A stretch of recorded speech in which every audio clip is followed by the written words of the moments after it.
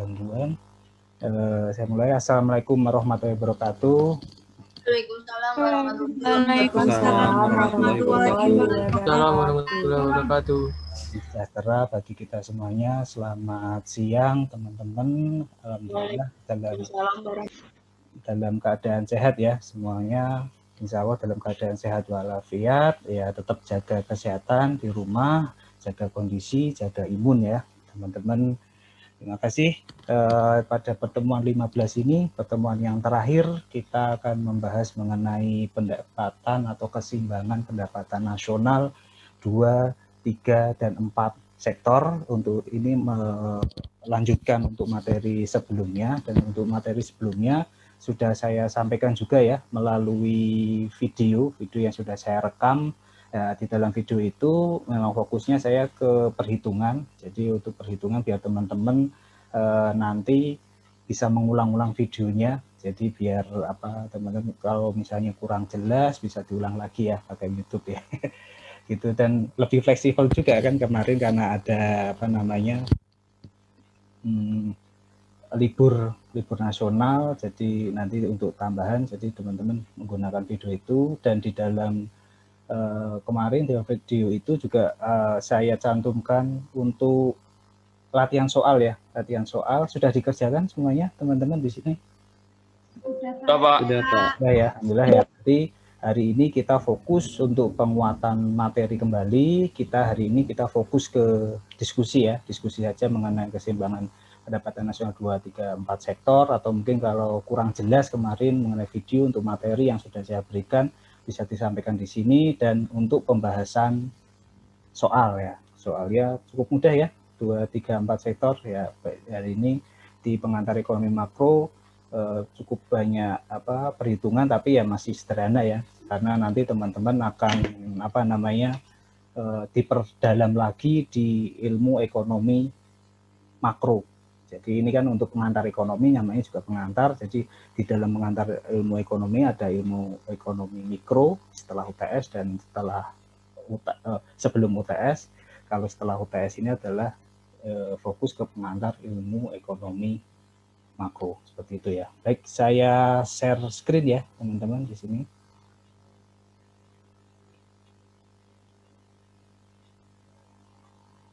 Nah, ini karena pertemuan yang ke-15, silahkan teman-teman kita hari ini berdiskusi ya di sini, apalagi di pertemuan terakhir bisa dimanfaatkan untuk diskusinya.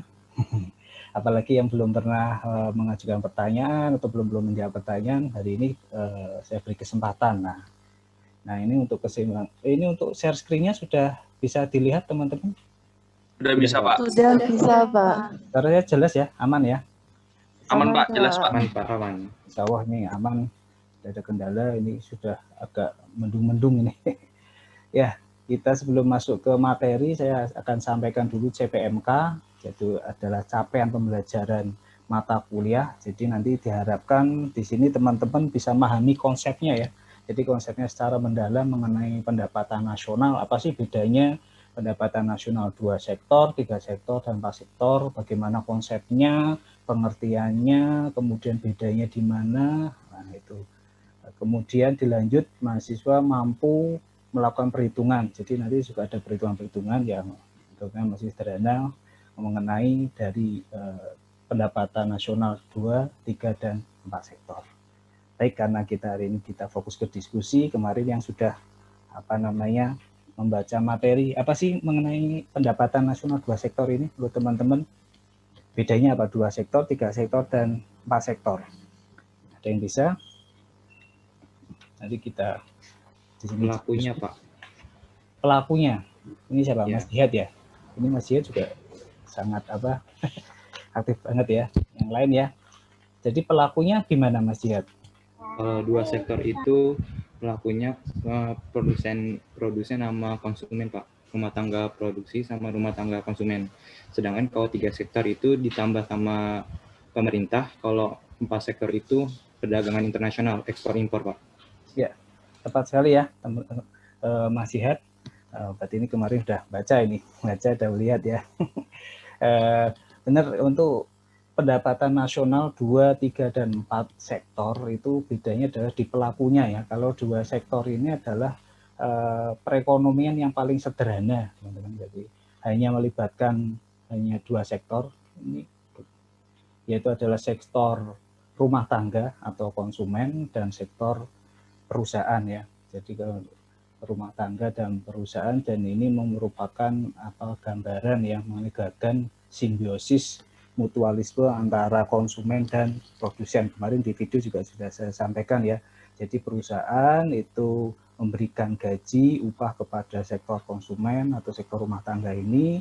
Kemudian rumah tangga ada 2 pilihan, yaitu untuk mengkonsumsi, melakukan konsumsi, kecenderungannya untuk konsumsi, dan untuk tabungan. Jadi untuk konsumsi atau untuk tabungan. Kalau untuk konsumsi ya kembali lagi untuk konsumsi barang-barang yang diproduksi oleh perusahaan. Jadi muternya gitu ya. Jadi untuk rumah tangga, untuk saving, kemudian ke lembaga keuangan di perbankan. Perbankan ini melakukan pinjaman ke penanam modal, kemudian penanam modal memberikan investasinya ke perusahaan. Kalau di sektor rumah tangga konsumen berarti C dan saving, konsumsi dan tabungan. Kalau perusahaan adalah konsumsi dan investasi, seperti itu ya.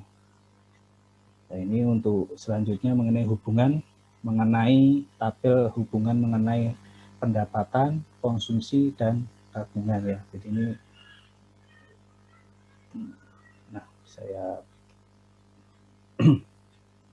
jadi ini untuk pendapatannya ini yang saya kasih kuning ini. Bold warna kuning ini adalah kondisi di mana pendapatan dihabiskan untuk konsumsi ya, jadi tabungannya 0 ya. Ini untuk kecenderungan. Jadi ini menurut pendapatnya John Maynard Keynes itu bahwa pendapatan yang rendah itu rumah tangga akan mengambil tabungan. Jadi ini untuk sebelah sini ya. Jadi pada tabel sebelah sini untuk pendapatan yang rendah ini pendapatan yang 400, kemudian konsumsi 425. Untuk memenuhi konsumsi 425 ini, dia akan mengambil tabungan di masa lalu, atau bisa juga untuk kredit ya. Itu kecenderungannya seperti itu. Jadi untuk yang tabel sebelah sini, bagian di sebelah sini, untuk masyarakat atau konsumen yang memiliki pendapatan yang tinggi, kecenderungannya konsumsinya juga akan meningkat, juga tinggi juga kan, seperti ini ya. Dan sisanya baru untuk ditabung. Ini untuk pendapatnya atau MPC ya, marginal propensity to consume ya, menurut John Maynard Keynes ini menyampaikan bahwa pendapatan yang rendah rumah tangga akan mengambil tabungan. Ini berarti rumah tangga harus menggunakan harta atau tabungan masa lalu untuk membiayai konsumsi. Kemudian untuk kenaikan pendapatan akan menaikkan pengeluaran konsumsi dan sisa pendapatannya akan ditabung. Kemudian pernyataan yang ketiga, pendapatan yang tinggi rumah tangga itu cenderungnya untuk menabung. Ini dari sisi konsumen. Sekarang dari sisi produsen, hubungan fungsi, konsumsi, dan investasi ya. Tadi saya sampaikan bahwa dari sisi produsen itu adalah kegiatannya selain konsumsi adalah untuk investasi. C ditambah I. Investasi itu apa sih teman-teman? Pengeluaran perusahaan untuk membeli barang-barang modal dan pelengkapan produksi untuk menambah kemampuan memproduksi barang dan jasa dalam perekonomian. Barang-barang modal itu apa sih? Barang-barang modal itu apa? Input bukan, Pak? Ya. Faktor produksi. Investasi katanya ini adalah konsumsinya pengeluaran perusahaan untuk membeli barang-barang modal. Barang-barang modal itu apa? Mungkin barang alat produksi mungkin bahan Pak. baku kali Pak. Barang Baku produksi. Barang untuk produksi. Ada yang lain? Alat-alat produksi mesinnya Pak. bukan, Pak? Ya, jadi barang modal itu barang-barang yang digunakan sebagai penunjang untuk melakukan produksi ya. Jadi untuk melakukan penunjang untuk melakukan produksi ya, tujuannya untuk menciptakan, untuk meningkatkan dan menghasilkan suatu barang atau jasa, itu namanya barang-barang modal ya. Contohnya ada mesin, ada alat transportasinya atau truk. Itu kan makanya diinvestasi kan dibagi jadi dua, ada investasi jangka pendek, ada investasi jangka panjang.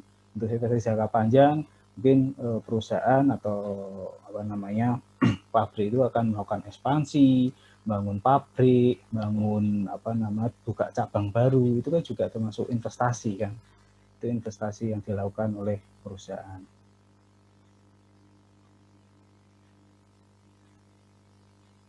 Terus pertanyaannya, apa sih yang menentukan investasi, teman-teman? Jadi kenapa kok investasinya di suatu negara bisa naik turun ya? Jadi yang menentukan investasi itu apa? Kira-kira. Jadi yang menentukan investasi di suatu negara, ya di sini kan kita akan menganalisa mengenai apa keseimbangan pendapatan nasional ya, dua sektor itu tadi kan, antara apa namanya konsumen dan produsen. Nah, itu pertanyaannya yang menentukan investasi apa? Banyaknya tabungan masyarakat, Pak, mungkin.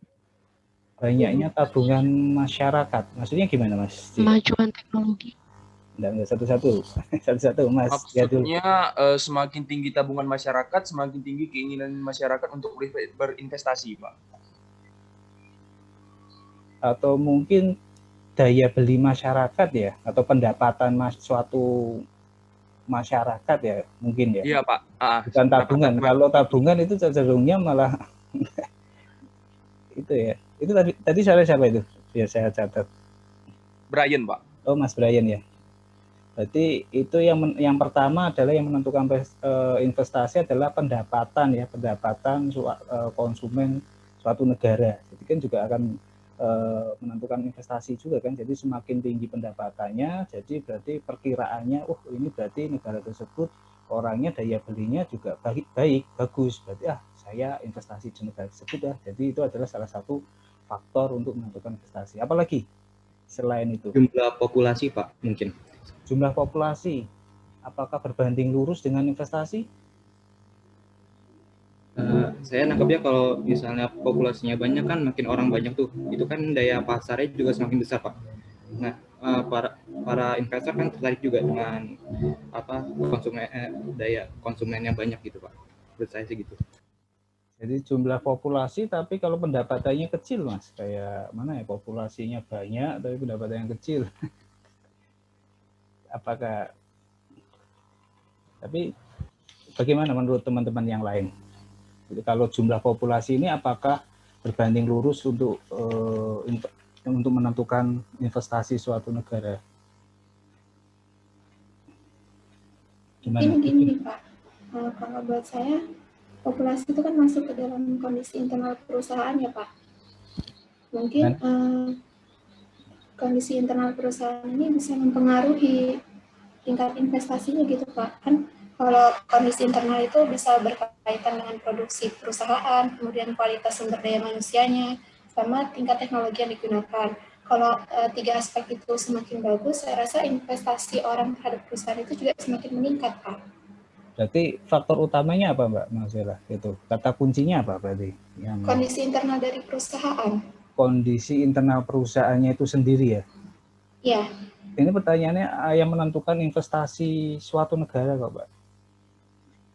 Oh, suatu negara ya, Pak? Ya, kenapa kok di negara tersebut investasinya bisa naik atau turun? Izin menjawab, Pak. Ya, silakan. Kalau stabilan politik, Pak, dan keamanan, itu juga mempengaruhi investasi suatu negara ya, Pak? Ya, benar. Jadi itu kestabilan bisa dari tidak hanya politiknya ya, jadi dari sosial, ekonomi, politik, hukum, keamanan juga kan, apalagi kalau negaranya itu negara perang atau apa kan juga akan menentukan investasi juga kan. Itu boleh jawaban yang bagus, Mbak Nadia ya, itu ya, Mbak Nadia Amalia ya. Iya, Pak. Di sini saya sedang banyak yang aktif, ada Mbak Nadia, Mbak Marcella, Mas Brian. Terus apa lagi? Mungkin satu lagi. Pak, izin aja, Pak. Kalau nilai tukar mata uang gimana, Pak? Mempengaruhi nggak? Nilai mata uang. Argumennya gimana Mbak Laila? Misalnya kan kalau di Indonesia nilai mata uang rupiah itu kan sangat rendah ya Pak dibanding dengan Amerika dan negara lainnya. Kalau nilai mata uang semakin rendah, malah justru investasinya makin meningkat. Enggak Pak, semakin rendah malah nilai investasinya semakin rendah. Makin rendah kan? Nah ini berarti berarti kalau nilai mata uangnya itu semakin kuat, itu investasinya semakin tinggi. Iya Pak. Investasinya semakin tinggi, kayak misalnya yang berarti bisa ya. Berarti nilai tukar mata uang ini siapa ini Mbak Laila? Gimana Pak? Ya nggak apa-apa, ini saya catat aja. Iya. Ya. Ini ya, untuk penentu tingkat investasi ada bermacam-macam. Tadi ada Mbak Marcella itu termasuk kemajuan teknologi juga ya. Tadi yang pertama adalah keuntungan. Jadi perkiraan keuntungan.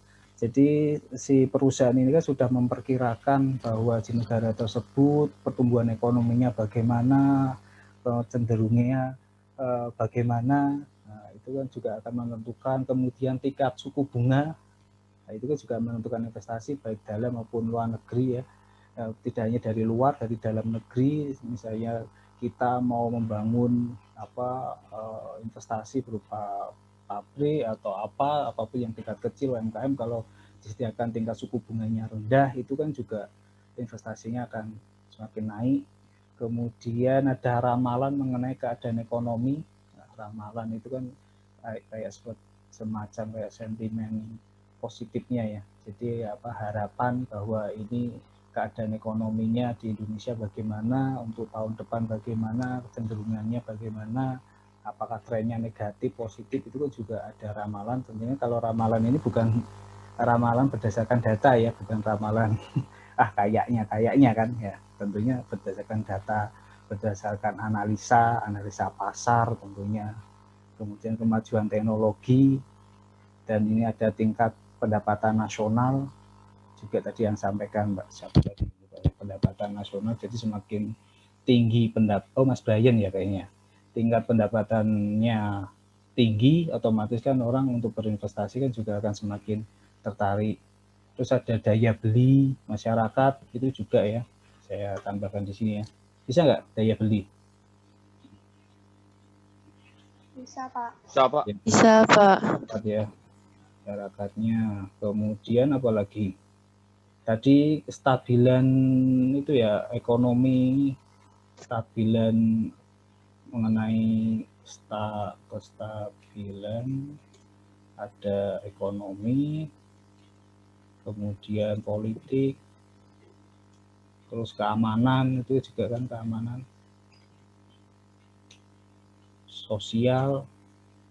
Nah, kalau lagi konflik itu kan juga akan menentukan investasi juga. Kalau regulasi pemerintah bisa nggak? Kepercayaan pemerintah, Pak. Kepercayaan pemerintah, maksudnya gimana, Mbak Delva? Semua kan semua pemimpinnya lemah, nanti sulit untuk memperoleh investasi gitu, Pak. Maksudnya kepercayaan masyarakat terhadap pemerintah, ya. Maksudnya itu ya. Bukan ya, itu juga bisa. Kalau regulasi pemerintah, regulasi itu artinya peraturan ya, pemerintah. Bisa Pak. Bisa ya, apalagi mengenai pajak. Nah, kemudian ada amnesti pajak, itu kan juga akan berpengaruh. Kemudian ada peringanan pajak, ada pembayaran pajak, kayak membayar kayak pengampunan gitu. Jadi ada amnesti. Terus ada lagi subsidi, itu kan juga termasuk regulasi pemerintah kan. Subsidi, tingkat subsidi. Kemudian apa lagi? Banyak ya yang menentukan tingkat investasi. Ada pertanyaan sampai sini?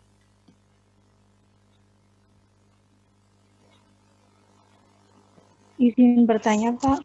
Ya, silakan. Siapa ini? Nesya, Pak. Misalkan penentu tingkat investasi itu termasuk kenyamanan dalam ngurus investasi nggak sih, Pak? Gimana?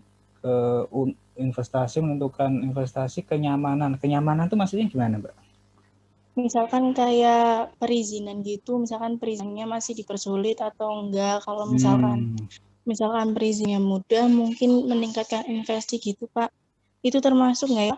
Itu masuknya ya tadi ya di regulasi ya, sistem regulasi pemerintah ya tadi ya, regulasi pemerintah. Regulasi itu apa ya, biar bahasanya lebih sederhana ya, peraturan pemerintah gitu ya, biar mudah dipahami. Peraturan pemerintah, ada perizinan, ada misalnya ada Pajak, Pak. pajak, Subsidi. itu kan juga mempengaruhi investasi ya, dan sebagainya. Tadi siapa, Mbak Nesya ya? Wah, ini banyak ini.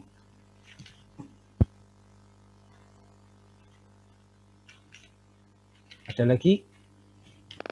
Pak, izin bertanya. Lagi ya? Silakan.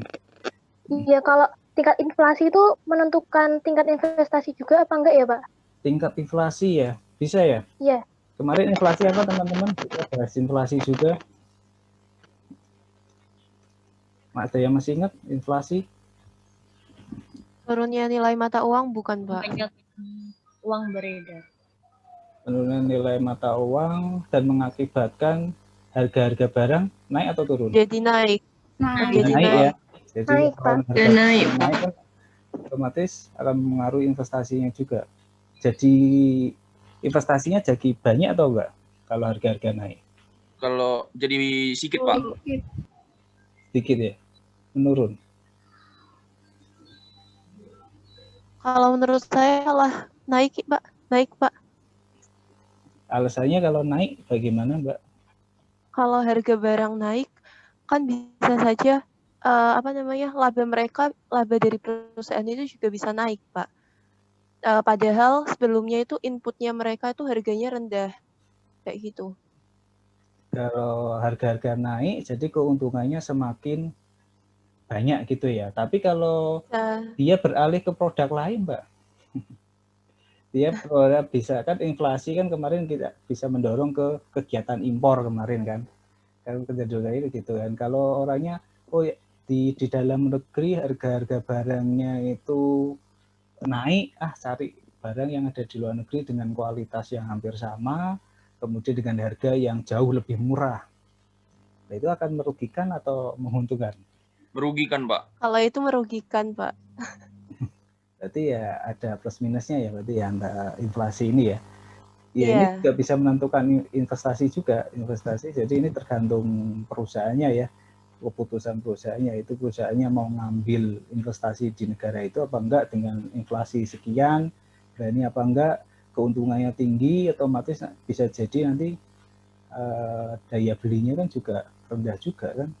Daya belinya untuk beli barang di dalam negeri kan dia cenderungnya cari produk pesaingnya juga kan. Pesaingnya bisa dari dalam negeri atau dari luar negeri, gitu ya. Iya, Pak. Baik, bisa saya lanjut? Ada lagi? Lanjut ya. Ini masih di keseimbangan dua sektor. Jadi namanya juga keseimbangan, itu adalah seimbang antara sisi konsumen dan sisi produsen ya. Tadi Y sama dengan C plus S. Kalau yang dari sisi produsen, Y atau pendapatan diperoleh C ditambah I, konsumsi ditambah investasi. Atau bisa dibilang dikatakan seimbang itu S sama dengan I, saving sama dengan investasi. Mari juga ini di video juga sudah saya sampaikan, ini menunjukkan keseimbangan yaitu antara S dan I 120. Ini ya, tabungan 120, investasi 120, kemudian ini pengeluaran agregat dari sisi produsen diperoleh dari konsumsi ditambah dengan investasi 720 tambah 120, dan dari segi konsumen 840 diperoleh dari konsumsi dan saving. Ini keadaan seimbang. Dan ini keadaan ekspansi bagaimana, teman-teman? kemarin di video juga sudah saya sampaikan, ekspansi itu kondisi yang bagaimana dan kontraksi kondisi yang bagaimana. Ada yang bisa ngasih beri tanggapan? Brian, Pak. Ya, silakan Mas Brian. Menurut saya Pak, ekspansi itu pengeluaran agregat lebih tinggi daripada pendapatan nasional, sedangkan kalau kontraksi pendapatan nasional lebih tinggi dari pengeluaran agregat Pak, atau barang yang dikeluarkan oleh perusahaan Pak. Jadi menurut Mas Brian, kalau keadaan ekspansi itu kondisi di mana pengeluaran agregat atau pengeluaran dari sisi produsen itu lebih tinggi dibandingkan dengan pendapatan nasional. Kemudian kalau kontraksi ini lebih rendah ya. Iya Pak. Ada yang bisa nambahkan alasannya kenapa ini kok dikatakan ekspansi dan ini kenapa dikatakan kontraksi? Oke, memang benar untuk ekspansi itu keadaan di mana agregatnya lebih tinggi atau investasi lebih tinggi dibandingkan saving, kan? S dan I tadi kan, investasi dan saving lebih tinggi investasinya. Kalau yang di sini lebih tinggi savingnya ya, investasinya lebih sedikit ya. Alasannya kenapa? Alasannya kok ini suatu negara dikatakan, oh ini negara ini ekspansi. Ekspansi itu apa ya? Berkembang gitu loh. Kalau kontraksi itu berarti kan ada masalah, berarti negara itu lagi ada masalah. Kenapa kok dikatakan ekspansi dan kenapa kok dikatakan kontraksi? Bisa menambahkan yang disampaikan Mas Brian tadi, sudah benar?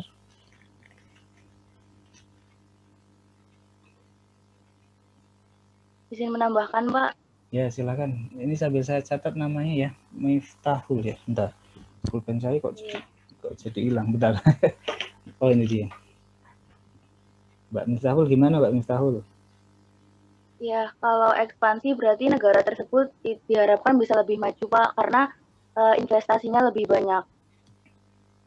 Ya. Kalau yang kontraksi berarti bisa diasumsikan penduduk negara tersebut itu cenderung saving atau menyimpan uangnya itu untuk sendiri, Pak, jadi nggak dibelanjakan atau jadi nggak muter uangnya.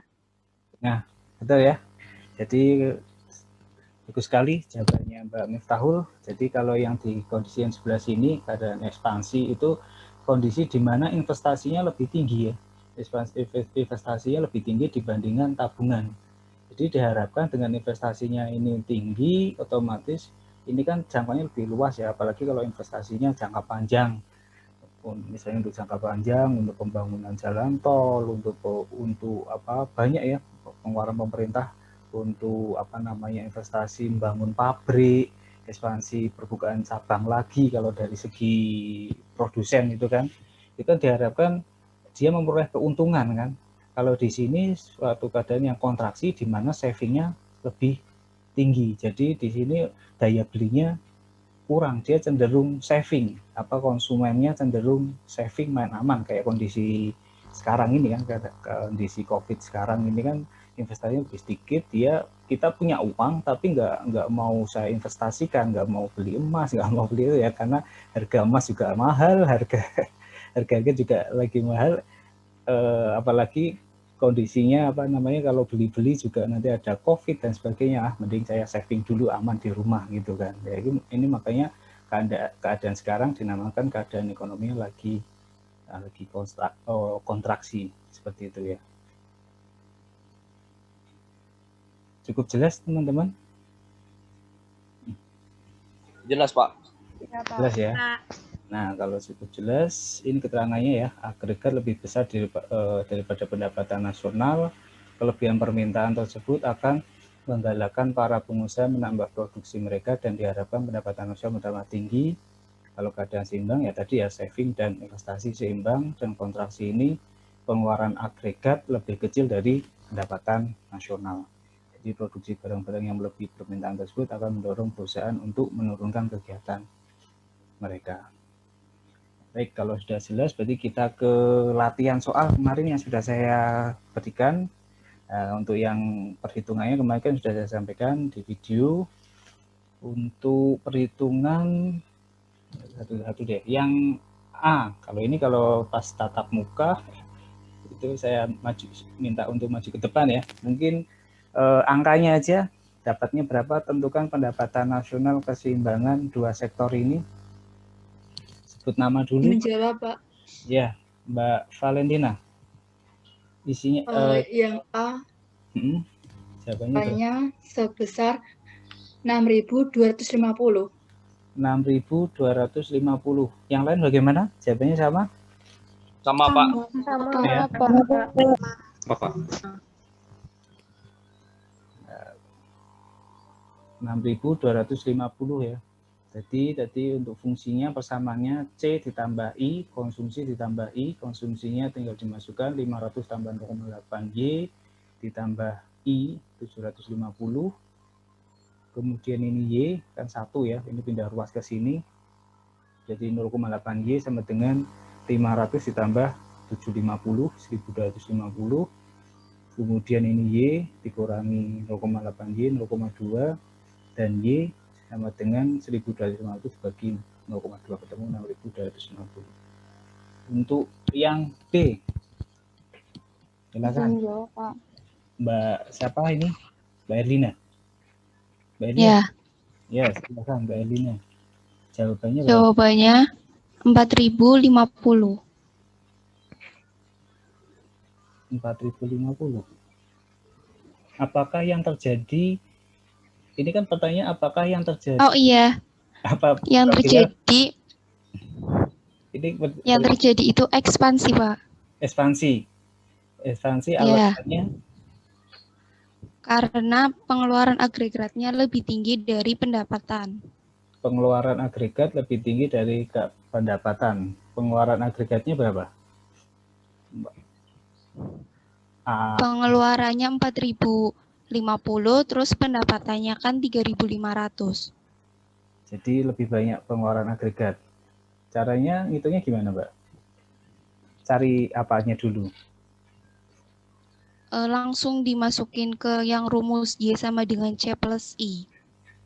Langsung masukkan C plus I, terus? Terus yang 3.500-nya dimasukin ke yang 0,8 Y. 3.500-nya ini ya, 0,8 Y. Berarti ini 0,8 dikali 3.500 ini ya? Iya. Jadi ini 3.500 ketemu 4.250 ya? Iya. Itu juga bisa atau mungkin pakai cara, atau ada yang cara yang lain? Belum saya bukakan yang punya saya. Tadi kalau yang punyanya Mbak Erlina, caranya ini 3.500-nya dimasukkan ke sini, ya kan? Jadi 500 ditambah 0,8 kali 3.500 ditambah 750, ketemu 4.050. Itu.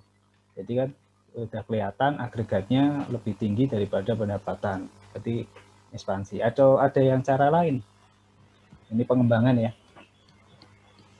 Kalau saya malah seimbang, Pak. Seimbang? Gimana? Ini siapa nih? Nggak apa-apa.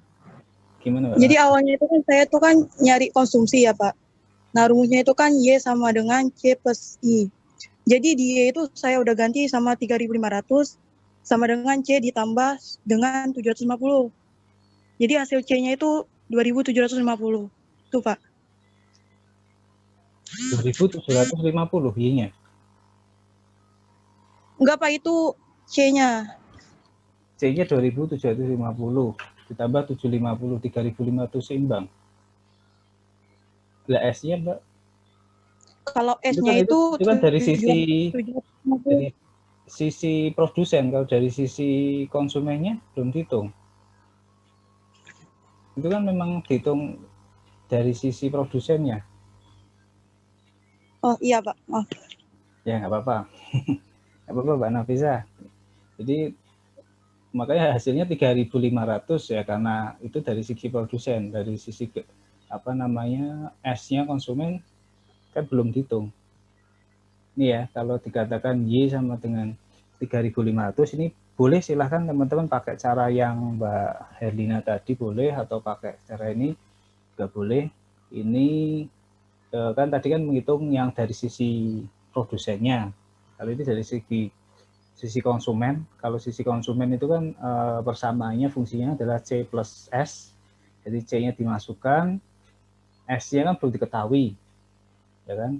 Kemudian kita buat persamaan S, S-nya sini ya, kemudian ini 500-nya pindah ruas ke kiri jadi negatif kan, kemudian ini dipindah ruas ke sini, Y-nya, Y dikurangi 0,8, jadi kan plus 0,2 Y, jadi ketemu persamaan baru S-nya.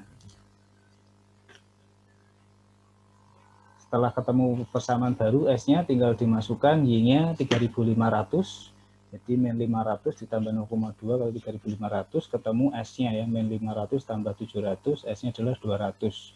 Jadi kan dikatakan ekspansi itu kalau I-nya lebih besar daripada S. Jadi kan ini ketemu S-nya adalah 200. S-nya 200, I-nya 750. Seperti itu. Jadi kalau S-nya dimasukkan ke sini kan juga ketemunya 4050 ya. Jadi kan ini sudah cukup ya, I lebih besar daripada S. Berarti ini kondisinya ekspansi. Ada pertanyaan sampai sini? Atau masih bingung? Atau sudah cukup jelas? Jadi kalau yang persamaan saya ini buat yang S-nya, jadi cari yang S, jadi persamaan ini biar lebih jelasnya gini ya, biar nggak bingung ya. S, ini sama jalan pindah ruas. Cuma ini kan saya S-nya sampai pindah sini kan, ini kan sama aja kalau pindah ruasnya saya buat seperti ini kan sama aja. Ini S, ruas sebelah sini, ini min 500 biar kelihatan ya. Terus kemudian ini Y kan, Y plus kan dikurangi 0,8 kan, jadi 0,2 Y. Ini kan dibalik seperti itu kan juga sama kan.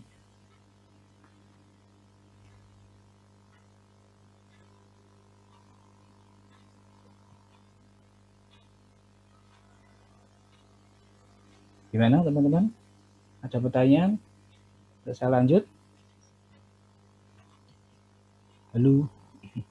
Masih semangat? Lanjut, Pak. Lanjut ya? Belum ada, Pak. Ya, kita lanjut ya, itu 2 sektor.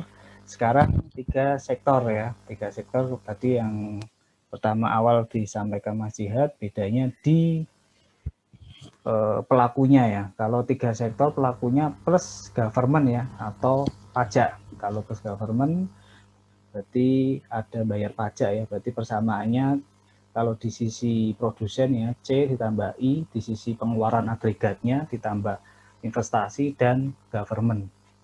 Yang satu adalah C ditambah S, pengeluaran konsumennya ditambah saving ditambah pengeluaran untuk bayar pajak. Jadi untuk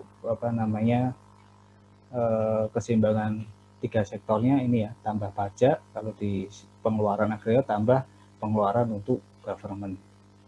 Jadi ini CIG, C plus I tambah G ditambah sama dengan C ditambah saving ditambah dengan pajak. Maka investasi tambah pengeluaran government, pengeluaran pemerintah sama dengan saving ditambah dengan pajak. Pengeluaran pemerintah itu apa sih teman-teman? Ada yang tahu nggak? Apa saja sih pengeluaran pemerintah? Membayar gaji pegawai mungkin Pak? Subsidi, Mas. Ya, bayar gaji pegawai. Terus apa lagi? Subsidi Pak. Subsidi, terus apa lagi?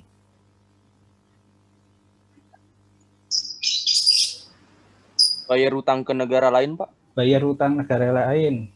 Tadi soal siapa ini Mas Brian bukan? Oh ya.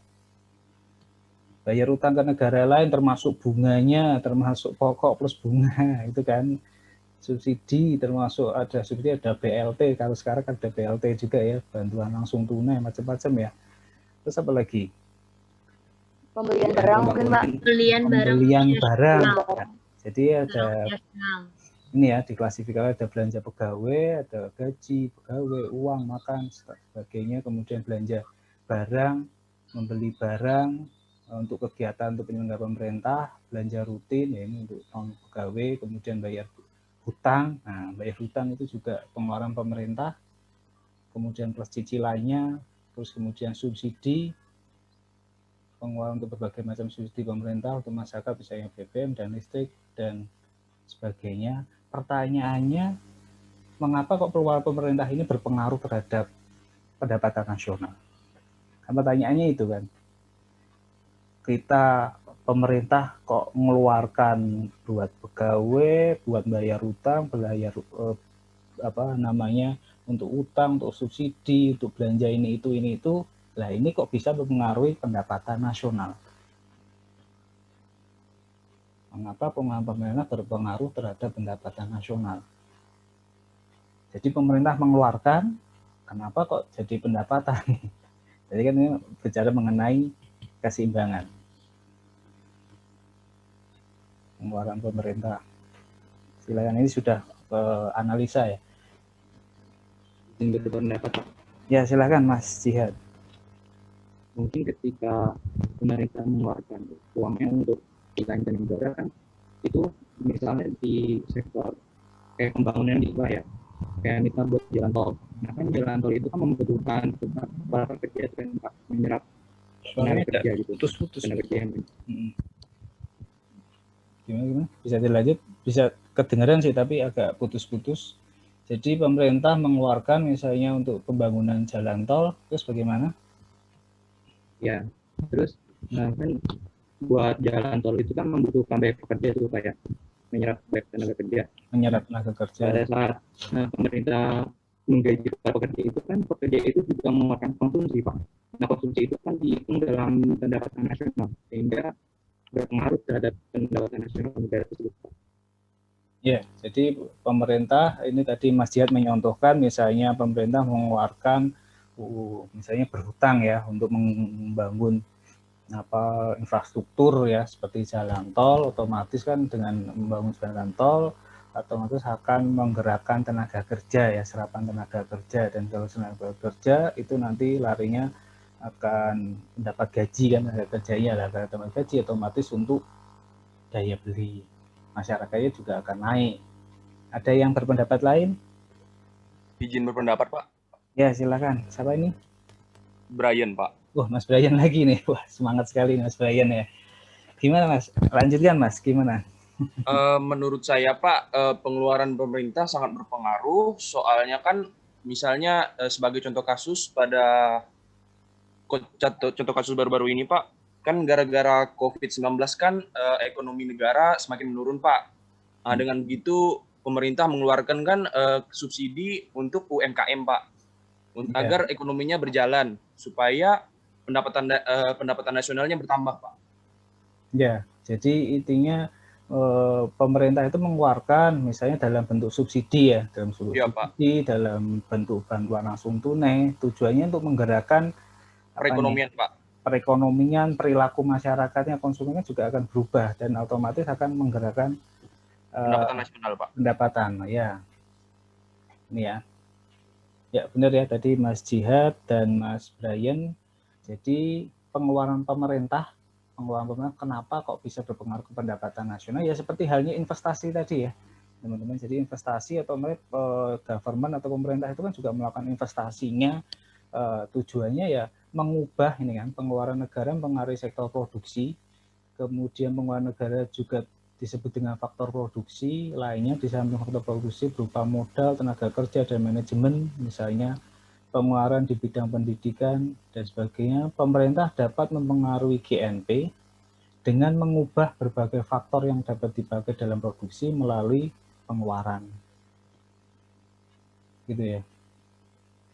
Jadi dia kayak modal untuk berinvestasi kepada masyarakat, kemudian diharapkan dengan investasi masyarakat itu dapat menggerakkan faktor-faktor produksinya tadi, bisa untuk tenaga kerja, untuk membiayai jalan tol, itu otomatis larinya ke daya beli. Kemudian kedua, secara langsung dan tidak langsung pengeluaran pemerintah dapat mengubah atau memperbaiki pola dan tingkat konsumen masyarakat. Ini tadi yang disampaikan Mas Brian ya.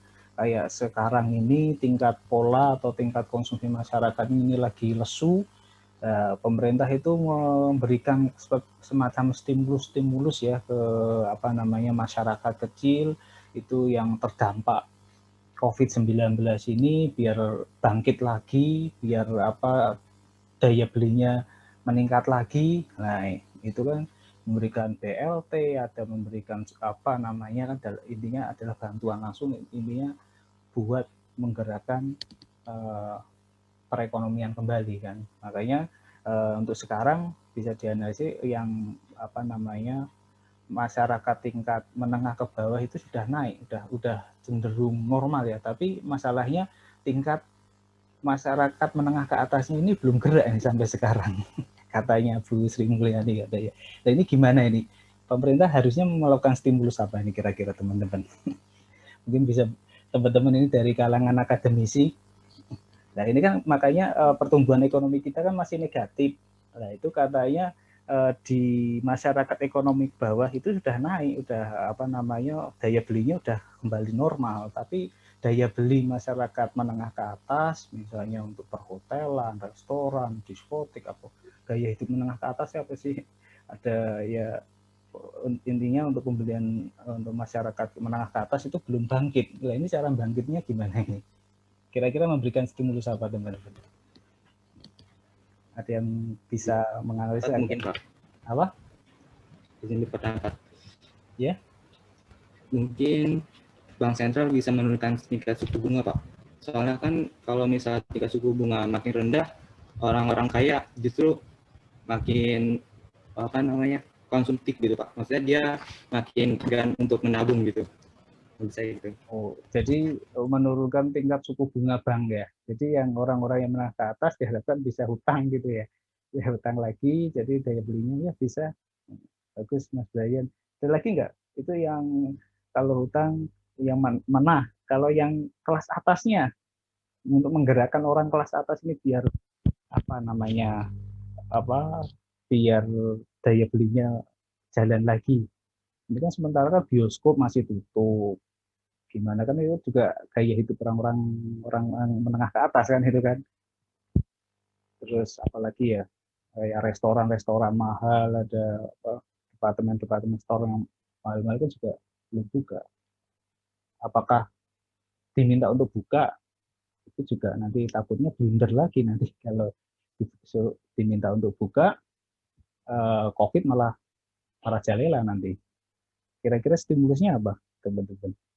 Ada yang bisa memberikan pendapat nggak?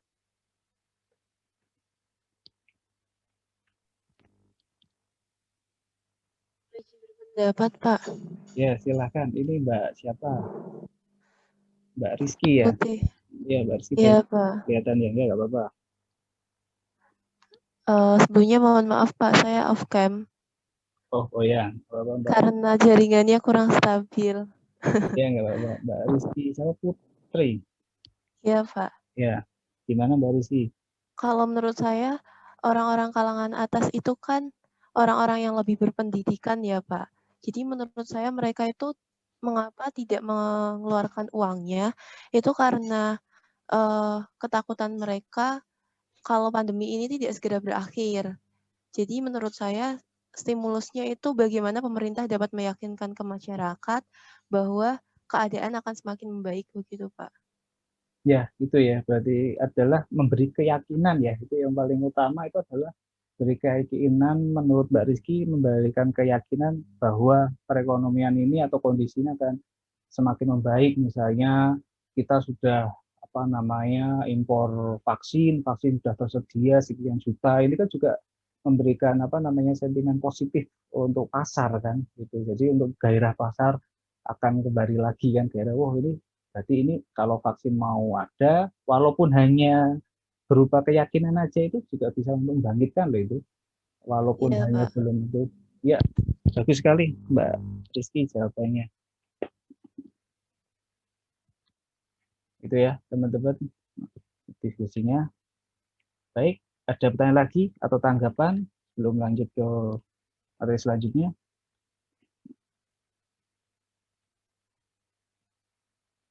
Ada pertanyaan? Bisa bertanya Pak? Silakan. Subsidi itu berpengaruh sama enggak Pak? Apa namanya tadi? Di perhitungan keseimbangan nasional 3 sektor itu kan ya sama dengan CS plus T gitu dong Pak. Nah, subsidinya itu bisa berpengaruh nggak terhadap perhitungan sini? Ya. Kalau subsidi ini pengaruhnya di G ini Mas, pengeluaran pemerintah. Kan itu kan pengeluaran pemerintah. Jadi seperti kayak investasi. Jadi G-nya ini tuh kan tadi ada belanja pegawai, belanja barang, ada bayar hutang, subsidi, itu masuknya ke G ini. G-nya ini.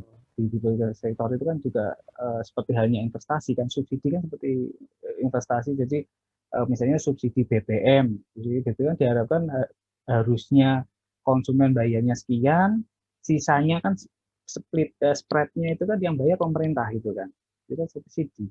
Jadi kan itu termasuk pengeluaran pemerintah kan, kayak misalnya tingkat suku bunga juga kan, misalnya tingkat suku bunga UMKM KUR itu bisa menekan 4%.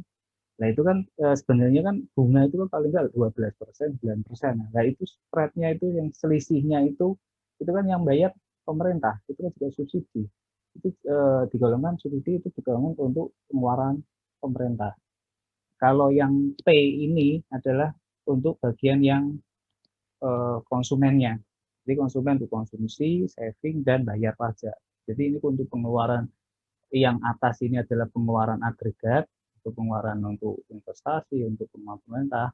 Kalau yang bawah ini pengeluaran dari segi konsumennya. Kan bedanya kalau 3 sektor kan ditambah P, ya. Seperti itu, Mas Jihad. Iya, Pak. Terima kasih, Pak. Ya, sama-sama, Mas. Kita lanjut ya. Di 3 sektor, ini sama halnya yang tadi 2 sektor. Kalau ini IG dan apa namanya ST ya, itu imbang ya, ini 120 tambah 60 itu berapa, 180, ini juga 180, dan di sini agregatnya lebih tinggi daripada pendapatan, ini kondisi yang ekspansi, dan di bawah adalah kondisi yang kontraksi. Nah sekarang kita ke soal, silakan sebut nama dulu baru angkanya ya. Silakan, siapa yang bisa? Pengen coba, Pak. Ya, Mbak. Saya, Pak, izin menjawab. Mbak Nafisa. Sudah saya catat belum Mbak Nafisa? Belum. Ya, Pak. Mbak Nafisa atau siapa ini? Tadi yang nyala.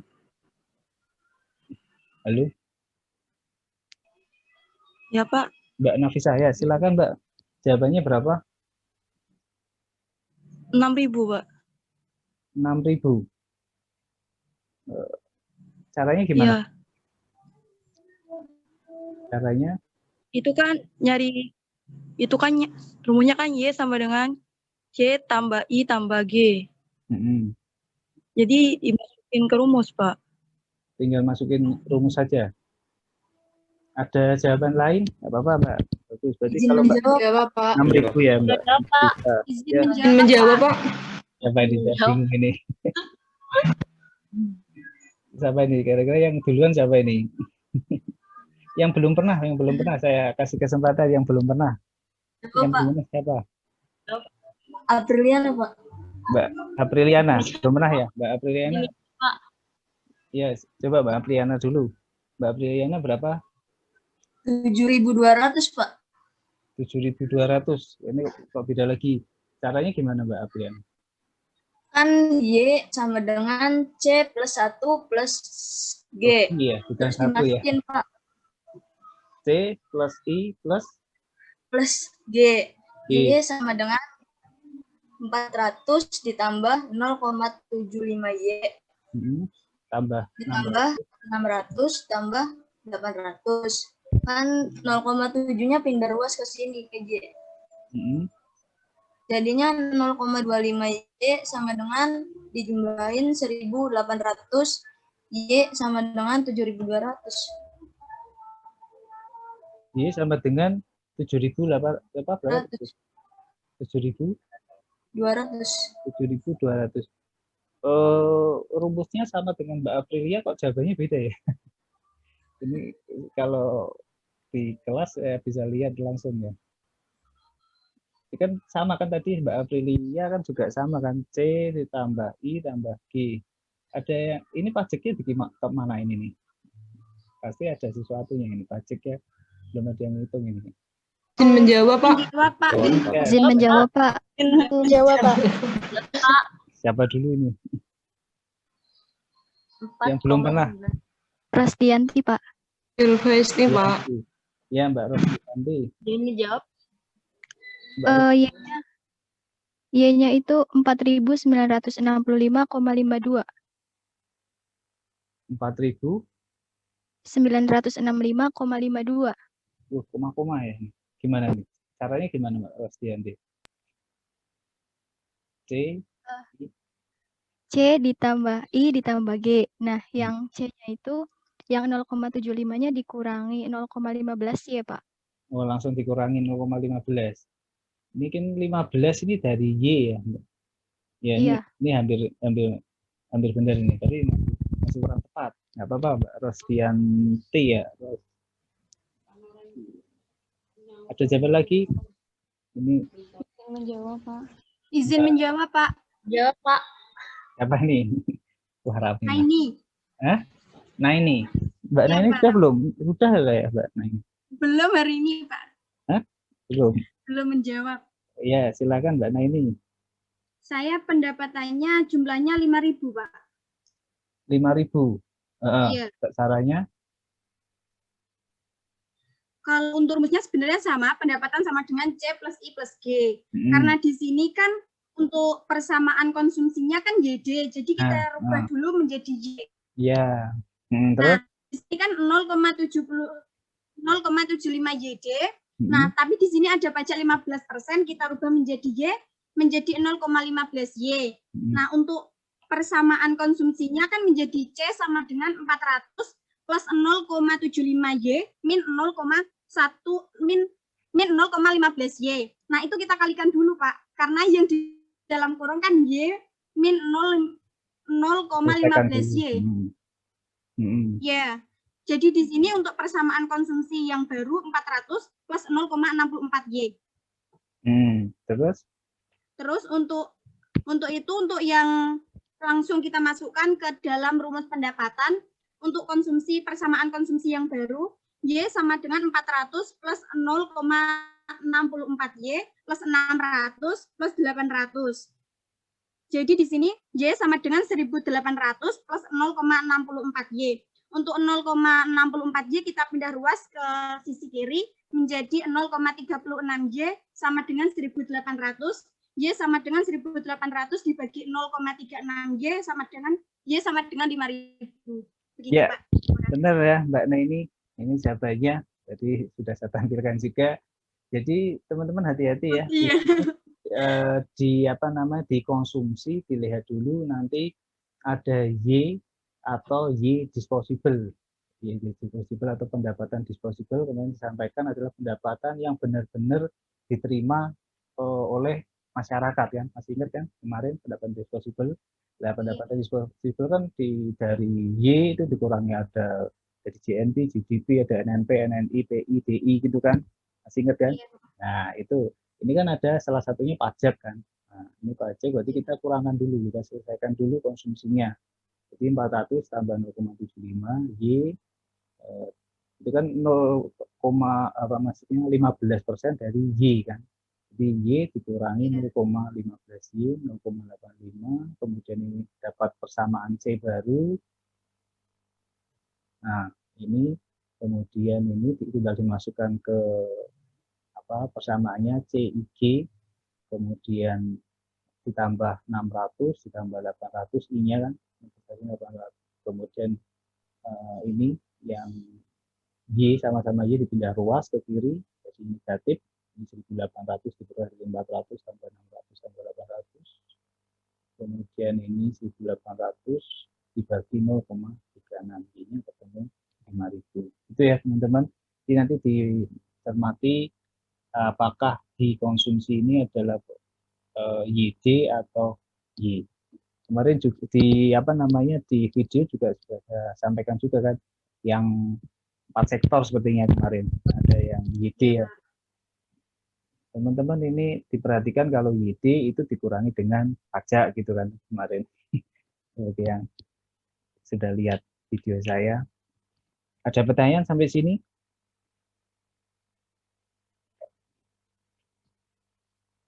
sebelum menginjak ke pendapatan keseimbangan ekonomi 4 sektor, jadi kita selesaikan hari ini semuanya, karena ini adalah pertemuan terakhir.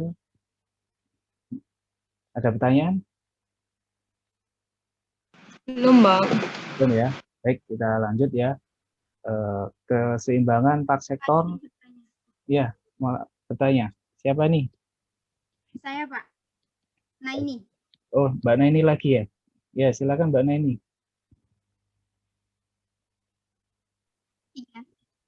Pak izin bertanya, kalau di PPT kemarin kan ada di bawahnya rumus keseimbangan itu kan ada tiap tingkat pendapatan nasional. Nah itu maksudnya bagaimana Pak? Tiap tingkat pendapatan nasionalnya itu?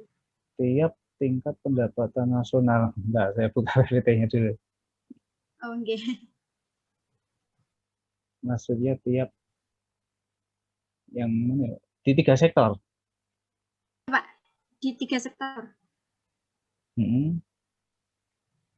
Itu kan ada rumus pendapatan sama dengan konsumsi plus saving plus pajak. Konsumsi plus saving plus pajak. Terus? Ya, itu maksudnya itu bagaimana kalau untuk tingkat pendapatan nasional? Berarti saya belum paham maksud dari kalimat itu seperti itu, Pak. Nah, saya juga belum menangkap ini yang maksudnya yang slide keberapa ini. Saya belum menemukan ini. Belum menemukan tiap apa namanya tadi? Tiap tingkat pendapatan nasional. Tingkat pendapatan nasional. Terus tingkat pendapatan nasional. Ya, itu maksudnya saya maksud dari kalimat itu, Pak, yang belum paham. Tingkat pendapatan Mohon nasional. penjelasannya. Nah, itu saya menjelaskannya. Tiap tingkat itu berarti saya menjelaskannya bagian apa ya? Pripun, Pak? Saya menjelaskannya bagian apa dulu nih? Apakah pendapatan nasional itu ada tingkatannya tertentu? Apa pripun gitu loh, Pak? Di sini kan kalimatnya kan tiap tingkatan seperti itu. Tiap tingkatan. Di PPT-nya ada nggak? Di slide ketiga, Pak, kalau di PPT. Slide ketiga? Iya, yang ada di Elena, Pak. Yang ada di Elena. Tiap. Slide ketiga. Slide ketiga berarti 2 sektor. Oh, yang itu ya? Oh, benar-benar yang di Elena 3 sektor.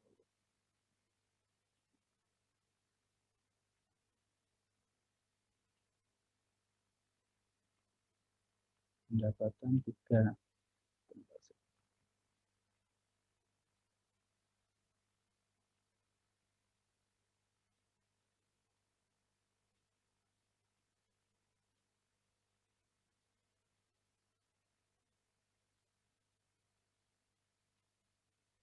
Tiap tingkat pendapatan nasional ini maksudnya ini adalah dari segi konsumen ya, ya Mbak Neni. Ini tiap tingkat pendapatan nasional itu berlaku C ditambah S ditambah T. Jadi pendapatan nasional ini maksudnya ini tingkatan pendapatan nasional tadi kita kan bicara mengenai 2 sektor. Jadi kemudian ini tiap tingkat pendapatan nasional ini juga berlaku untuk yang 3 sektor itu ditambah dengan T. Jadi nanti tingkat pendapatan nasional 4 sektor itu nanti ditambah ekspor dikurangi impor. Maksudnya gitu. Oh, iya Pak, terima kasih ya Pak ya. Terima kasih Pak. Nggak usah bingung, itu intinya maksudnya pendapatan nasional itu kan ada 2 sektor, 3 sektor, dan 4 sektor. Nah ini maksudnya ini pendapatan nasional yang 3 sektor ini. Yang 3 sektor itu CS plus T. Oh, yang 4 sektor tambah ekspor paling impor. Iya Pak, terima kasih Pak. Ya. Baik, kita lanjut ya. Tadi sampai mana nih? 4 sektor ya. Sekarang ke 4 sektor. Berarti ini kita bertingkat lagi kan ini sebenarnya. Tingkat lagi perekonomian 4 sektor. Jadi kalau 4 sektor ini pelakunya tambah satu lagi yaitu adalah luar negeri ya. Jadi kalau bicara dengan luar negeri berarti adalah mengenai ekspor dan impor. Seperti itu ya. Jadi ini perekonomian yang banyak dilaksanakan oleh kebanyakan negara di dunia ini, yaitu ya karena maksudnya melakukan kegiatan ekspor dan impor ya. Kalau yang 3 sektor itu kan perekonomian tertutup, jadi dia tidak mengenal luar negeri, jadi dia udah pede untuk ya banyak alasan ya. Biasanya kalau negara-negara yang komunis, misalnya yang tidak maksudnya yang mengandalkan produk dalam negeri, dia tidak mengandalkan luar negeri, ya mungkin biar keamanan, biar dia tidak dimata-matai dan sebagainya. Ada banyak alasan lah intinya. Kalau yang di perekonomian terbuka ini, jadi ada sektor luar negeri, ada sektor ekspor dan impor. Ini ya, ini untuk bagan alirnya. Jadi tambah dengan sektor luar negeri, kalau di sisi rumah tangga ini melakukan impor, kemudian ini perusahaan melakukan ekspor. Seperti itu. Kalau di 4 sektor ini maaf saya salah slide nih, belum jalan ya.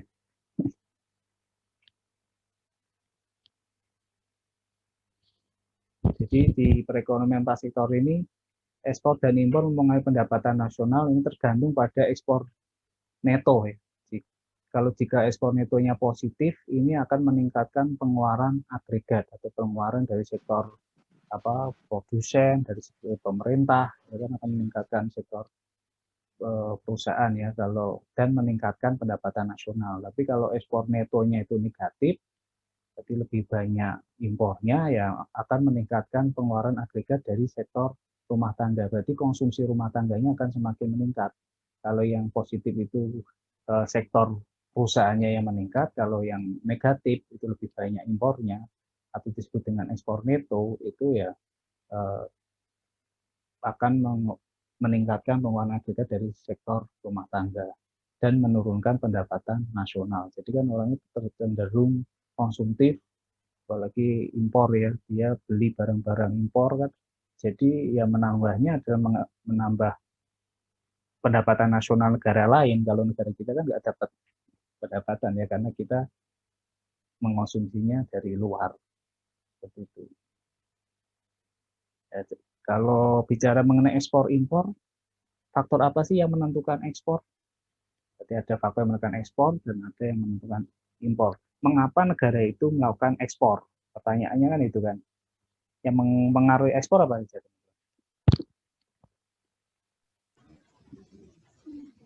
Ada apa saja? Kemampuan negara, Pak. Kemampuan negara untuk?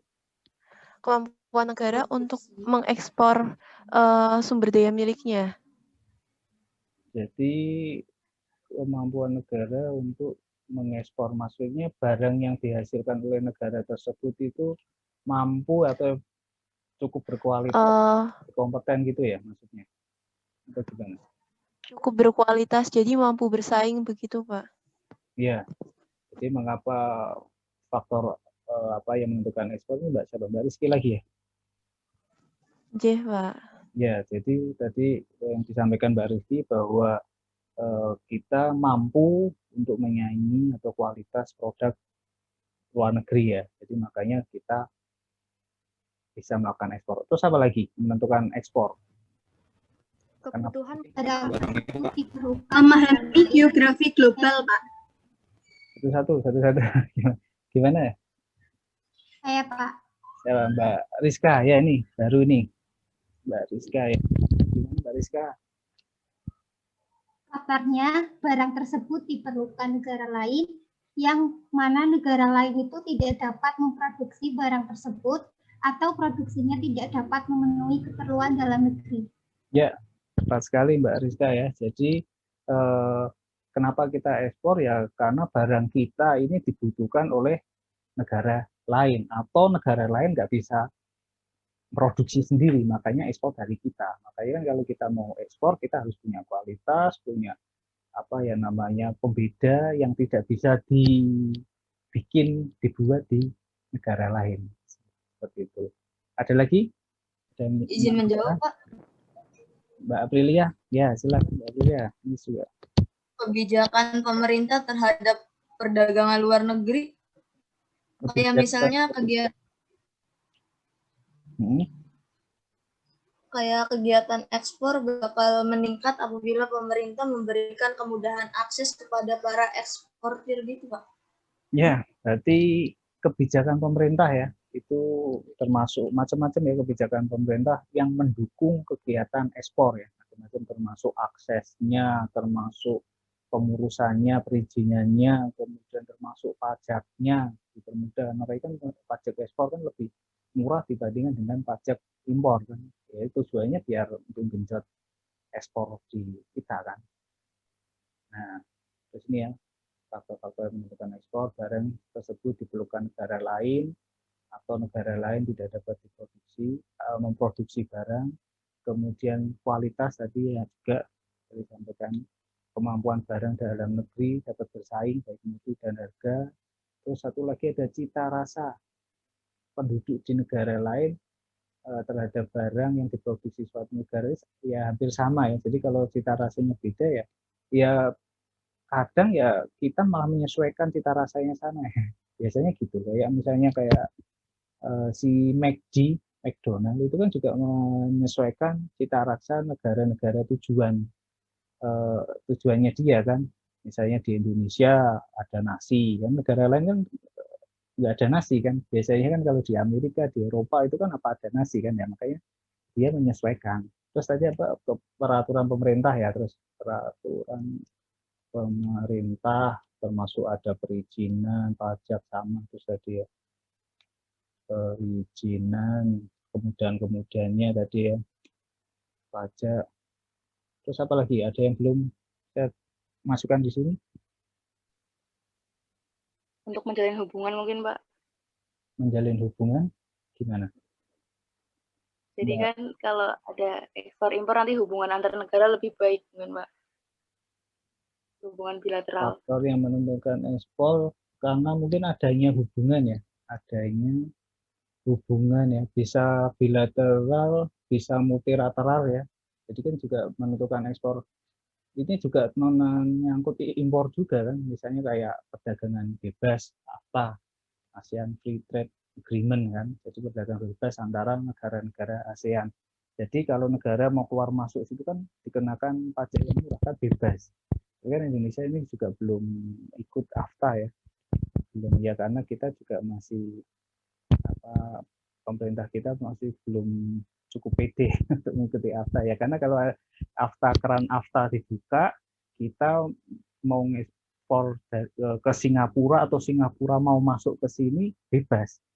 Ya kita kan karena ingin melindungi produk dalam negeri, ya makanya masih ditutup AFTA-nya. Tapi kalau kita produk kita bisa bersaing dengan Singapura, Thailand, Malaysia, ya kenapa enggak kita adakan AFTA kan, adanya hubungan perdagangan mungkin. Perdagangan itu kalau ekspor, kalau impor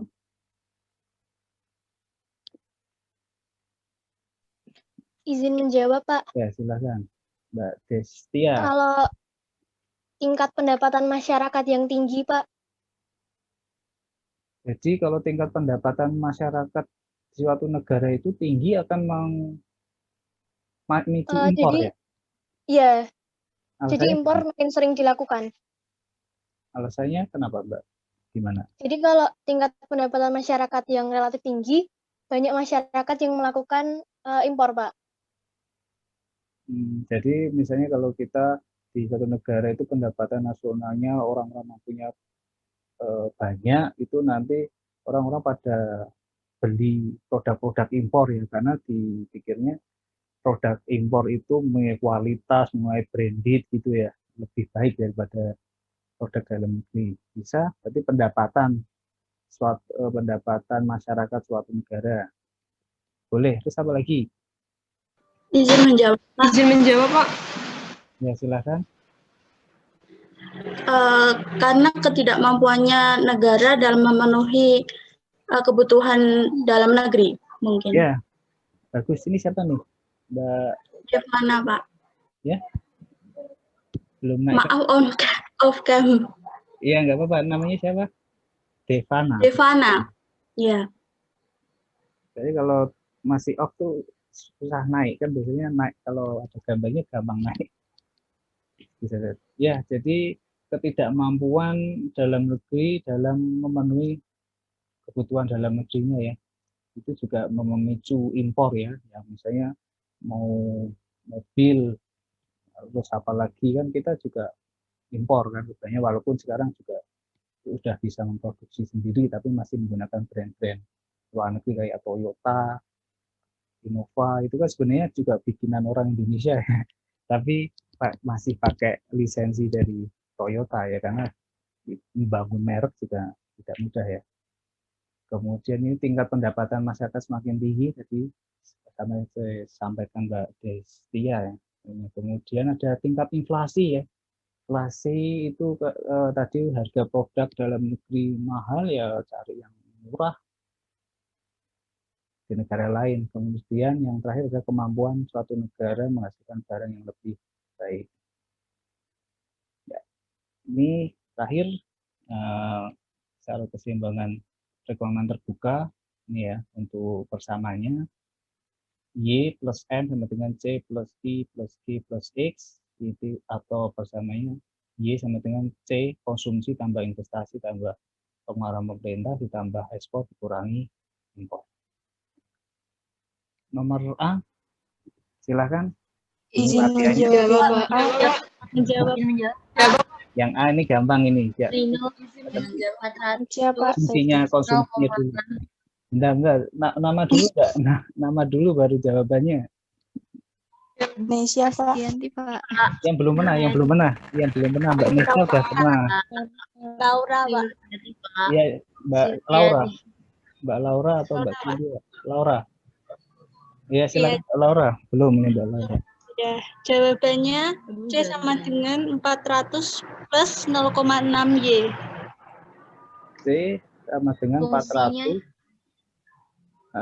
Persamaan C yang baru. C sama dengan 400 plus 0,6 Y. Pejabat lain?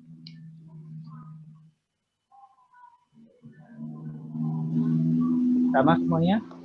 400 ditambah 0,6. Konsumsinya. Ya. Terus satu lagi yang B. Ardianti saya Pak. Ardianti Pak. Dulu Pak. Arnita Pak. Ardianti Pak. Arnita. Oh, kalau on video itu cepet naik Mbak. Mbak Arnita silakan. Yang B Pak. Yang B, jawabannya berapa? 4.400. Yang 4.400 caranya gimana? Caranya C plus I plus G terus ditambah ekspor kurangi impor. C plus I plus G ekspor dikurangi impor. C-nya pakai persamaan yang baru tadi ya, 400 ditambah 0,6 Y. Ini ya. Ya. Ya. Terima kasih Mbak Anita.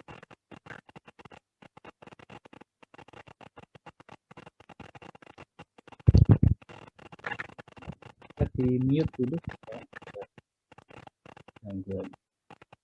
ya, tidak enggak. Nah ini ya, jadi untuk persamaan baru, jadi jangan lupa itu persamaannya tadi sama kayak di nomor 3 tadi, YD atau Y. Kalau YD berarti harus cari Y-nya dulu, persamaan dalam 400 tambah 0,6 Y, kemudian dimasukkan ke persamaan 400 tambah 0,6 Y tambah 400 tambah government tambah ekspor kurangi impor. Dan ini sampai sini walaupun sudah tahu konsepnya, nanti hati-hati ya untuk pindah ruas, eman-eman soalnya. Yang pengalaman semester kemarin, tahun kemarin udah sampai sini, nanti pindah ruasnya yang harusnya minus apa jadi plus, itu kan juga eman-eman kan, hasilnya juga beda. Gitu kan, apalagi kalau matematika ini kan perhitungan itu kan kalau salah ke sini nanti bawahnya hasilnya juga beda. Ya walaupun nanti ada apa namanya penilaian untuk konsepnya masuk ya, tapi kan eman-eman gitu loh, udah yakin benar tapi ternyata pindah ruasnya juga salah. Jadi Y-nya adalah 4.400. Ya, selesai untuk semester ini pendapatan terakhir di pendapatan 2 sektor, 3 sektor dan 4 sektor. Sampai di sini ada pertanyaan? Izin bertanya, Pak. Silakan Mbak Rizky Putri ini. Tadi kan dijelaskan ada negara yang tidak melakukan ekspor impor ya, Pak? Iya. Lalu bagaimana ya, Pak, kalau semisal mereka tuh kekurangan sesuatu, bagaimana cara mereka untuk memenuhi kebutuhannya? Kayak Korea Utara mungkin kayak gitu, Pak.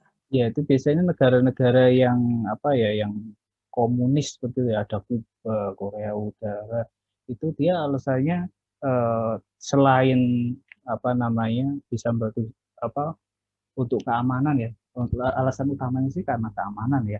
Ya karena mau nggak mau dia harus bisa memproduksi kebutuhannya sendiri di dalam negeri. Seperti itu. Makanya kan di sana kan memang apa namanya tingkat konsumsinya ya itu aja. Jadi nggak, maksudnya produksi ini apa namanya nggak bisa produksi misalnya beli apa ya udah berhenti gitu. Ya nanti mungkin kebijakan apa namanya pemerintahnya, saya mau pingin kalau benar-benar urgent gitu banget ya baru beli seperti itu. Tapi untuk tingkatnya apa namanya yaitu kembali lagi ke pemerintahnya seperti itu Mbak. Ya memang tidak dipungkiri memang dia memang tertutup dari negara lain kok. Ya tujuannya memang untuk keamanan atau bagaimana, cara pandangnya kan juga cara pandang mereka kan beda dengan kita kan seperti itu. Yang mau nggak mau ya penduduknya, masyarakat di sana ya harus taat, nggak bisa terpenuhi kebutuhannya ya udah, mau nggak mau ya ngikut aja. Kalau nggak nurut ya nanti dieksekusi atau gitu Mbak. Oh iya, baik Pak, terima kasih. Ada lagi?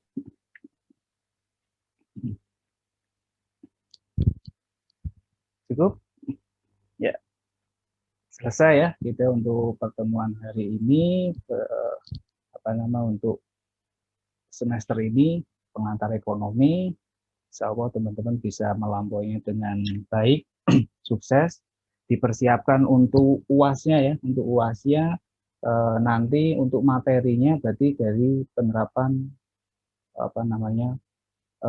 ekonomi makro ya. Kemarin dari pertemuan setelah UTS itu kan ada masalah-masalah ekonomi makro, kemudian terus alat pengamat prestasi ekonomi suatu negara itu kan ada GNP, ada GDP, itu ya, nanti ada NNP, NNI, terus sampai dengan DI, kemudian setelah itu kita belajar mengenai pendapatan per kapita, terus apalagi pengangguran, inflasi, nah sampai terakhir hari ini kita belajar di pendapatan 2, 3, dan 4 sektor. Itu ya dipersiapkan. Yang jelas untuk UAS-nya tanggal 4 Januari, tapi untuk jadwal nanti ditunggu saja dari jurusan. Seperti itu ya. Belajar ya teman-teman, ini untuk minggu depan walaupun off 2 minggu masa tenang, tapi teman-teman bisa dimanfaatkan dan mumpung ini semester 1 bisa digenjot IPK-nya ya, apalagi ada yang dari program beasiswa, nah itu digenjot juga untuk IPK-nya. Itu terima kasih Mas Jihad, terima kasih semuanya. Mas Jihad ya selama ini membantu saya dalam melakukan koordinasi dengan teman-teman. Saya juga minta maaf kalau ada salah-salah kata, salah-salah penyampaian gitu ya semuanya ya. Iya, Pak. Ya saya salut dengan Rombel ini, akuntansi B. Ini orangnya juga enak, aktif. Nah, kemudian juga walaupun hanya setengah semester aja ya, saya ingin 1 semester kemarin dengan Bu Maya ya, untuk tengah semester berikutnya dengan saya. Itu terima kasih teman-teman, tetap semangat, tetap jaga kesehatan, jaga imun. Saya tutup. Wassalamualaikum warahmatullahi wabarakatuh.